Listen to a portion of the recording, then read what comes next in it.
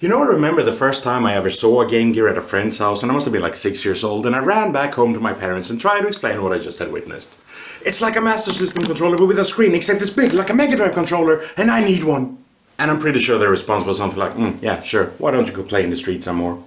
Needless to say, I never got one, so obviously I had to correct that in adulthood. The problem with Game Gear today is, they don't work. Like, at all. They're not Game Boys, they're not made by Nokia, pretty much every single unmodified Game Gear out there today is dead. This one used to work, being in pristine condition, then a few years ago the audio started waning and the screen was pretty much only viewable at a tilted angle, just being a blue blur from a straight view. I mean a different kind of blue blur, you get what I'm saying, right? So I decided that it would be up to me to mod this thing, and I know there's a lot of skilled people out there on YouTube that's done that already, but I got one thing that they don't have.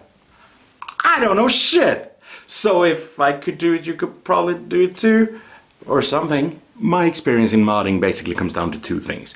Once, I took out a dead fluorescent tube of a Sega sign and replaced it with a blue LED strip that would go into a power bank, essentially making it cordless. So what, you've changed the light bulb? Exactly. My experience in soldering comes down to once when I soldered 3 wires into a button on my Mega Drive, making it region free. Oh, and once I actually opened up my Mega Drive and cut off the pin for the composite video of the graphics chip, making it actually the RGB image coming from it much better. You know, that's kind of funny though. You cut off a part of the graphics chip with a nail clipper and the graphics becomes better. Not recommended for your brand new console, a PS5 or a Switch 2 or whatever. No.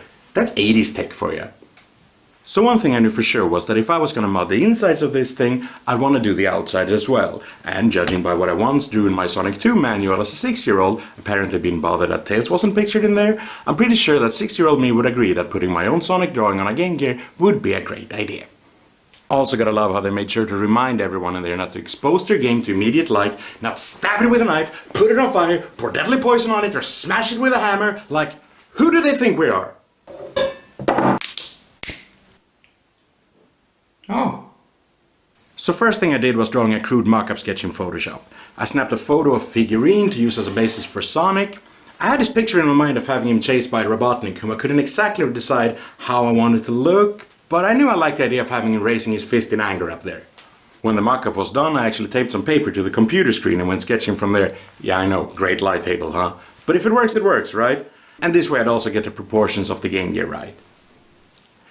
I'd take the sketch off, refine the details, and go over it with ink before scanning it back in again and putting it into the template from Retrosix, who just happens to do prints on Game Gear shells. After adding the basic colors to this piece, I think that's when I realized where my idea for this image had come from. The thick black lines reminded me of that comic I used to read as a kid, and yeah, I had apparently gone over some of those with a pen too at some point. I had to dig it up from the basement, but when I found it, yep. That first issue was obviously where my inspiration had come from. Also, that Robotnik pose turned out to have come from somewhere. But I wanted the lines to do that cartoonesque thing with the different colored lines. Then it got time to give it some shading, some highlights, and a little bit of effects, and eventually I got that final design that would eventually go to cover my Game Gear. So when I sent off the artwork to be printed on a brand new shell, it became time to open up the console and try to revive it. As it's too late for mouth-to-mouth on this thing, the only solution is a capacitor transplant. So it turns out those little things on the board on the inside are the main reason these things don't work anymore. They've all essentially given up with time. The style of capacitor used here are apparently not even made anymore, but modern replacements do exist. So when I had unscrewed the myriad of screws holding it together, it was finally time to have a go at soldering this thing. There we go. Some more screws and a bit of knife work got out to separate sound and power boards too. I had no idea how this was gonna go. But I gently picked up each capacitor with a pincette, added flux to its legs, and simply attacked it with a soldering iron. I did it! I desoldered my first capacitor. I am a goddamn noob! I'll just keep going.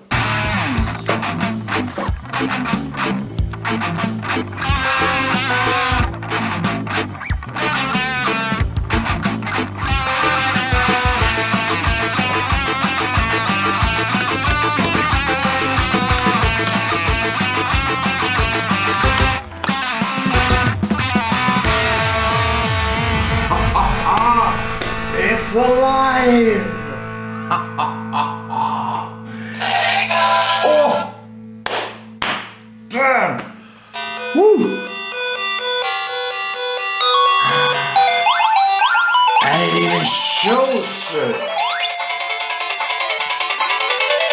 usable shit. I mean, still it looks like shit, but it's shit. I mean, it's good shit. It's the shit. It's loud shit too. Oh yes. Nice. It was fiddly and a bit scary to solder on those new capacitors, but seemingly it had done the trick. It wasn't dead anymore. Now that it actually worked again, it was time to go that extra step and modernize it. The original LCD screen was connected to the board not soldered, but with 35-year-old glue. One way to dissolve old glue is to use a heat gun, but for those who don't own a heat gun, I figured a taped up paper cone and a blow dryer would actually do the trick. And...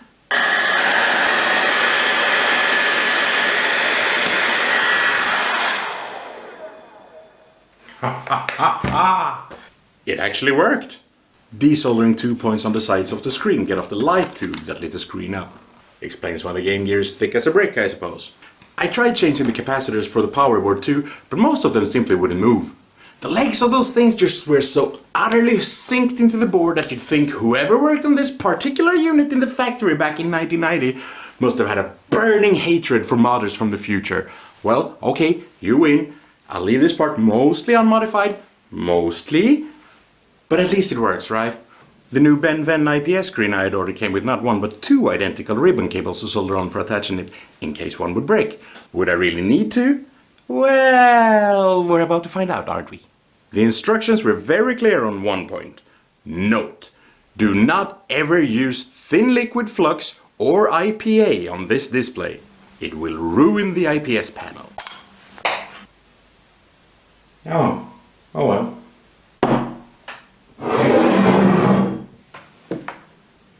First thing I do was to give some solder by holding it onto the back part that I took out from the screen. I figured it could rest on there since it was made of metal. Nope, it's plastic. Well, I did it anyway. Then I soldered on the ribbon cable to the board according to the instructions. The panel itself came with a protective film that I decided to leave on for as long as possible. Then it was just to connect it, I turn it on, and...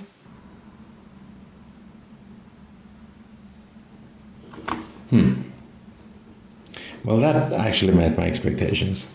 Then I realized that, well, maybe I should try to put a game inside. Yeah, you do that. Oh, let me try this. This old school hack. Whoa, oh, wow. Oh, wait, what?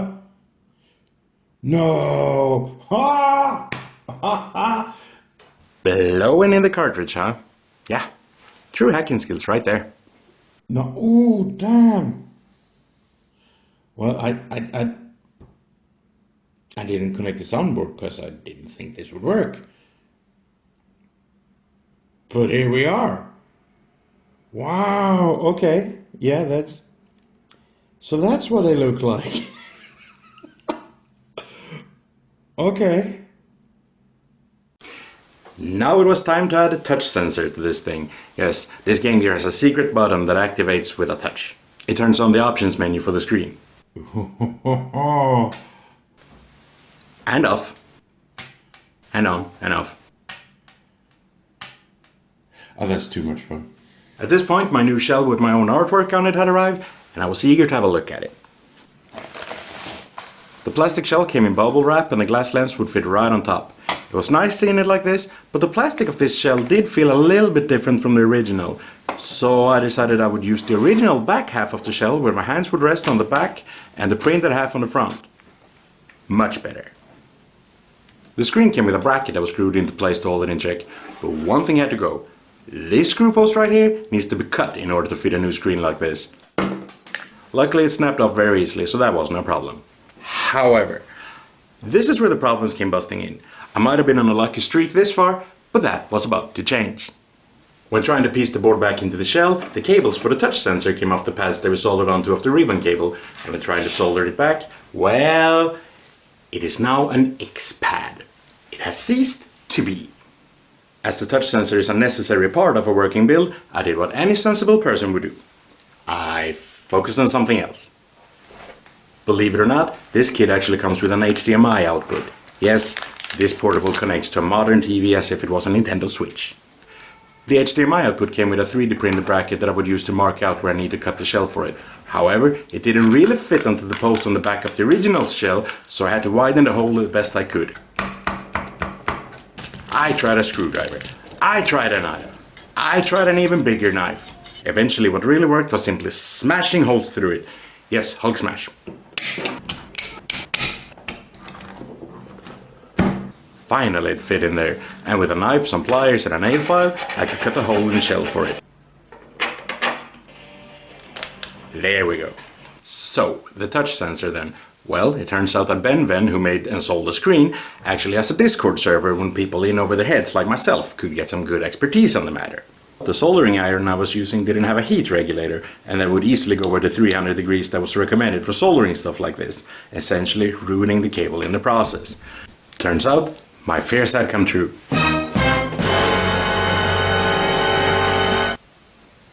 So I knew soldering iron it was, and then on to ribbon cable number 2. Who knew that would come in handy? Same process again. Soldered on the second one, and nothing. Desoldered it again, cleaned up some pads on the board, soldered it back on again. Somewhere it must have gone wrong. Tried again. And again. And again. Turns out the Game Gear screen is much like a box of chocolate. You never know what you're gonna get. Unfortunately, I didn't really want to show much anything after that, and I got advice to flow the solder in place on the pins here. But my on and off soldering of this ribbon cable had likely ruined it, I thought, so I ordered a couple of new ones. Yes, turns out even 2 of them wasn't gonna be enough for this guy. At this point I was getting worried that I would be damaging the board itself with all this obsessive soldering. I mean, at some point it must just think I should leave it alone, right? But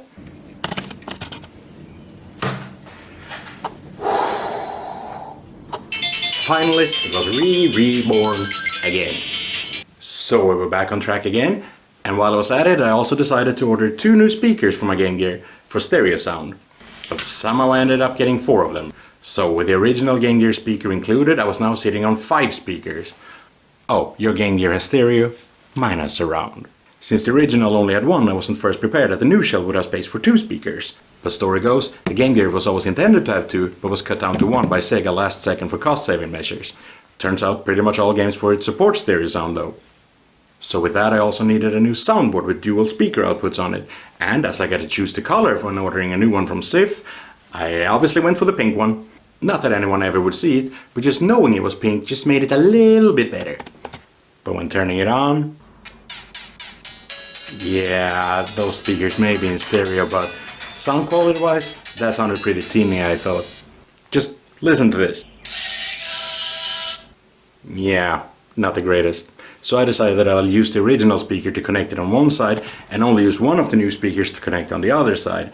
And see what difference that made. 2 new speakers, 1 old and a new. 2 new, 1 old and a new.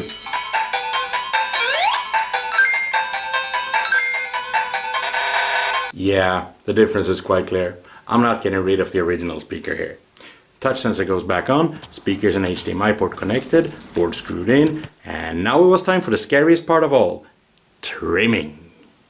I saw a guy on YouTube suggesting using masking tape about 2 mm on each side of the viewing area for measurement before trimming. Sounded like a good strategy, so I opted for this. Then I got my nail files out, you know, those with vanilla on one side and skateboard on the other. Not much, just sitting here, filing my Game Gear. No, I did not imply that! Due to the original Game Gear using a real odd resolution with rectangular pixels, something screens don't use anymore, most new screens for the Game Gear tends to compensate for this in weird ways to fit the original size, resulting in weird graphical side effects, especially during movement. However, this particular screen actually has a mode where it does not do that. Instead, it uses a higher resolution that makes it ever so slightly wider, but evens out the irregularities. I'll show you a comparison that a Reddit user filmed that shows it well enough. So here's the previous screens and what a screen tearing would look like. Yeah, not too great. Gets all wobbly. And here's the BennVenn screen right here. You're seeing the difference, right? The gain here is actual integer scaling, no tearing or shimmering during movement, and that's exactly what I was looking for. After trimming the sides of the shell's viewing area, getting ready to close the shell up and resoldering the wires to the original speaker that I accidentally tore off, and attaching the speakers to where they're supposed to sit, I was ready to close the shell. Just needed the buttons. And I had a few. Originally I intended for that circular D-pad to be a dark orange to fit the likeness of that ball that Robotnik would swing on that first boss fight. But these orange buttons just seemed a bit too bright. Yeah, might go for one of the black ones instead. I had some ideas with the specific shades of the other colored buttons too. I added new rubbers underneath them, resoldered a wire to that speaker I once again tore off, and with the magic of tape, I added the touch sensor to the inside of the shell. When feeling the buttons I still wasn't too happy with the feeling of the D-pad. I tried a different one, but I think in the end I actually opted for the original rubber inside of that one. It turned out that actually closing the shell would perhaps be the most time-consuming thing of all. Who knew that closing a Game Gear shell would be so much like changing a diaper? Whatever's on the inside of that thing right now, please stay inside. Well, it finally did, but I had to remember to leave that screw out. Don't want to add that one. New screen is right underneath it. Bad idea. I went over the shell with the filing a bit more to get the edges completely even, using a piece of paper to cover the screen from accidents. Worked well, the result was satisfying too. Wiped off my fingerprints off the glass lens and finally got to do this.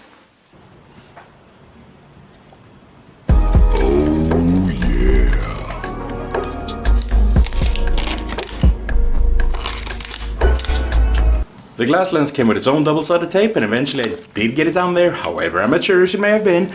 Only I could see a pair of specks of dust in there still, but I wouldn't really open up the shell once again just to fix that, would I? Yes. Yes, I would. Finally being done with the console, I of course had to revisit my favorite mistake of all time in the process. Yes, the game.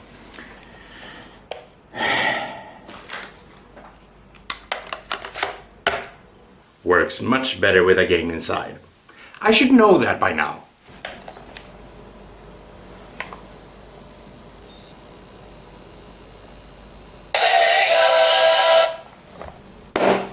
Yes! Now, before taking it out to try it for real, I had one thing left to do. This thing needed a display stand worthy of its glory, and I would of course find one like that on Etsy. And then I suppose it's time to have a look at the final result. I'm really satisfied with how it came out in the end. At first I thought the colors on the glass display was a bit brighter than the rest, but it's really fine after all. The screen edge was a little further out than I'd expected from the template, but that didn't really matter. What does matter is that the hole for the red power light matches the light of Robotnik's machine here, and that Sonic's eye matches where this one button would go that I of course would choose a white color for, while matching the others with the blue background. I like how that turned out. It's fun to have it especially made for a console's layout like that. Screen is bright enough to be perfectly playable outside on a summer's day as well, so it really does its job well as a portable now. I suppose bringing it up to try it on the highest natural point in my city on a sunny day must stand as some sort of a passing of a test at least. Green Hill hade man varit förut. A touch with the finger brings up the settings for the screen too with a bunch of additional options, but scan lines? I don't get it. Some argue that little black lines across the screen like that bring some nostalgic vibes over classic games. But does it? No? So I suppose I'll just leave those settings alone then. Musiken går väldigt snabbt, för jag springer väldigt snabbt! Aj. While most Game Gear games today are quite cheap, probably due to the fact that practically no one owns a working Game Gear anymore, there are still a few ones I'd like to try. I got myself one of those ROM cards with an SD slot when I realized there's a very Zelda-like game called Sylvan Tale out there that released only in Japan in '95, but that since I've had an unofficial fan translation to English, had you a way to play that? Well, this would be one way. Apparently the game's scriptwriter had worked on The Legend of Zelda previously too, so not too far from it. I'm looking forward to trying that and a bunch of other games on it. It's earned its place on the shelf for now, and I'm pretty sure my 6-year-old self would agree.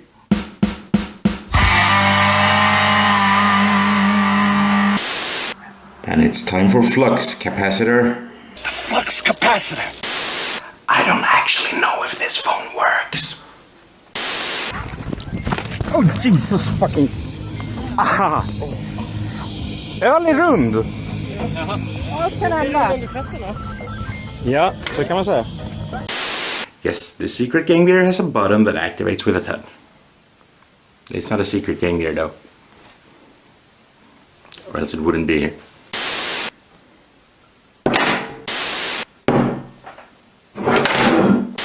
It wasn't Dad. It wasn't Dad anymore.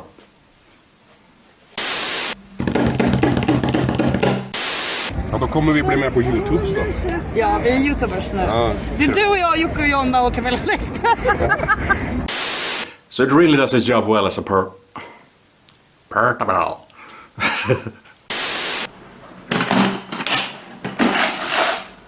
Känns alltid lite Jönssonligan att göra det där.